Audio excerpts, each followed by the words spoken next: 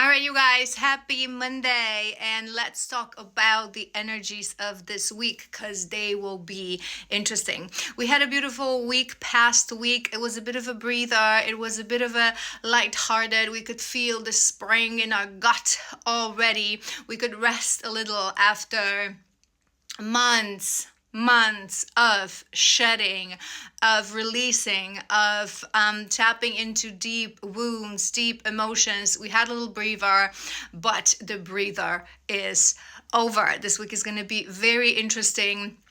So I'm going to tell you what came through and how I'm feeling into it.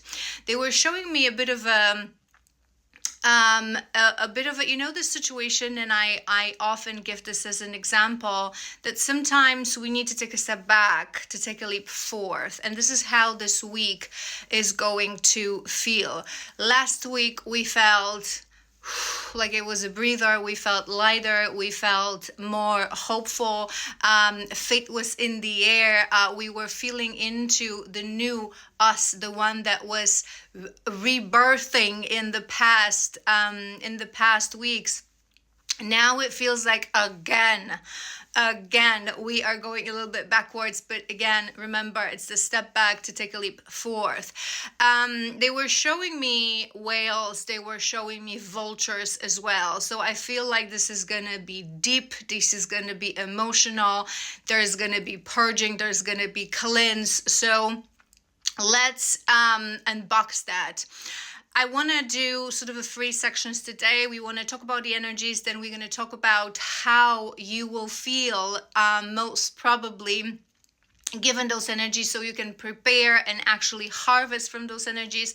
And at the end, I will give you a couple of tips how to navigate this week. So the important thing to mention is we will have a lunar eclipse, very powerful lunar eclipse tomorrow. Lunar eclipses are always, eclipses in general are always illuminating the nodes. So the northern nodes, the dharma, your dharmic path will be very much illuminated, which is beautiful energy, because if you remember in the past weeks, we've been sort of tapping into that dharma. In the beginning, we were a couple of weeks back, when the year was ending, we were doing the final shedding. We were in that waiting room. We were really releasing karma. We were looking back at that karma, and we were already connecting to our dharmic path. What did I come here to do? What do I really deserve? What do I really want to live? What is really meant for me? We were really tapping into that energy. So that past week, when we felt a little lighthearted, it felt hopeful. It felt like, yeah, we can do this. Let's go for it. Now, it's so strongly illuminated that it's not just, yeah, we can do it. There's hope, there's faith.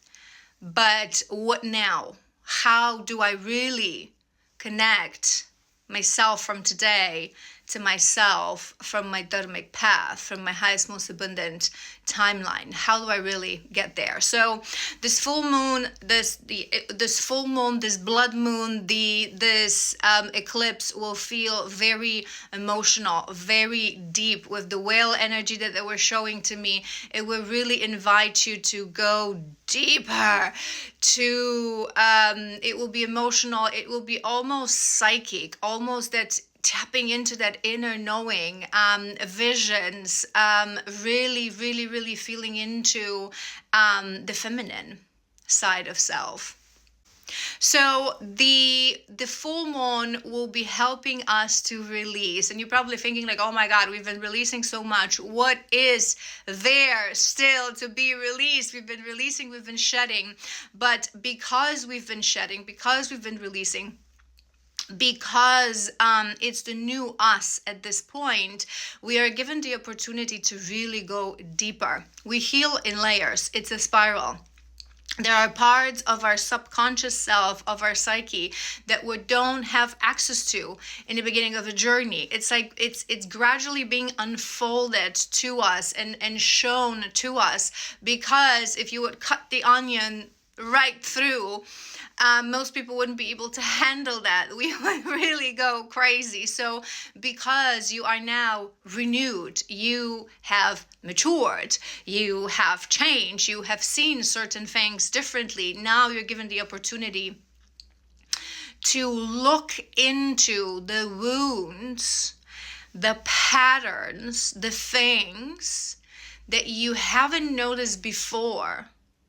Because when we are wounded, we don't have the full visual. We don't have the whole perspective. So every next layer that we shed, every next layer that we open for ourselves is giving us the opportunity to look deeper. So this is a great opportunity to really look into the old wounds. They can be resurfacing, a great opportunity to really break those patterns, power through those patterns, power through the ego. To some, it really will depend when you are on your journey, obviously, how conscious you are, how self-conscious you are on your parts of yourself, how much tapped in you are, and also where you are on your journey. To some, this week may even feel like quite of a dark night of the soul, like quite of a emotional, deep, feminine, right? Cleanse, purge. It's that vulture that they were showing to me. Vulture represents deep cleanse, deep release, purification of what is really, really, really no longer serving. So how are we going to be feeling? Again, it's going to depend where you are on your journey, but we can feel emotional. We can feel like old wounds are resurfacing now this week. We can feel like even, psychic visions, memories, things shown to us. But it's not just a normal shed. It's not just a normal release. Think of it like we've been shedding, we've been releasing, right? Overall, collectively, in the year of a snake, especially last month. Now how I feel into it, it's like, okay, you've shed, you've died, and you were reborn. You are new. In this process, you were given opportunity to tap into your dharma. What is it that I really want in this life? Who I was meant to become? What is my authentic self? Now, we're going to show you specifically those things that you need to release in order to get there. It's not just generic, right? It's that moment, they're showing it to me right now. It's that moment, I've done when we talk about healing and spirituality and awakening, I've done a video, an analogy about, opening a basement that is like a horror of a mess, and how do you approach this? So this week now is like you've cleaned the basement, you've organized everything, you allowed the light in. Now it's just like, ooh, I didn't see that thing, I need to get rid of that too. I didn't see that thing, I need to get rid of that too. So it's going to be really, really, really useful energy, challenging energy, but we love that, right? Challenging energy, but useful energy. And in terms of how do we approach that, so what I would advise to you, these energies, we are still in Pisces, right? And not just the sun is in Pisces, but many planets in our solar system are actually now in Pisces. So overall, we're in very emotional, psychic, looking through the veil kind of energy. So it's very ungrounded. And again, some of us, depending where you are on your journey, for some of us it can be beneficial, for some of us it can be beautiful, for some of us it can be useful, for some it can be a little bit too much. So if you're feeling that it is a little bit too much, any grounding practices, this is what you want to do. You want to ground yourself, you want to anchor yourself in your physical body, connecting to your physical body. Any kind of practices of connecting to that physical body will be amazing. We are going through a purification week. So as the energies and the divine are doing their work on your energies and on your parts of your psyche, What you can do is to detox your body. So this is a great week to do that physical purification. If you feel guided, if you feel need to eat really clean, take care of your body, whatever practices you gravitate towards when we talk about detox and purification, not just the body, but anything in the physical world. It's a good week to not be so much on your phone, not be so engaged with those, shallow level numbing activities that I've mentioned yesterday that disconnect us from our feminine. So lots of friends, lots of dinner parties, lots of activities, lots of no. This is the week to detox. This is the week to slow down. This is the week to feel into your feminine, to feel into your body, to spend a lot of time with yourself, really intentionally. That's the word. Be intentional. If you haven't watched my yesterday's video about the foundation of healing, this is, if you were going to do this wherever, this is the week. This is the week to do it. Connect to your feminine, slow down, be intentional. So watch that video. I don't want to sort of touch on that topic again. Watch that video and read the description is important as well.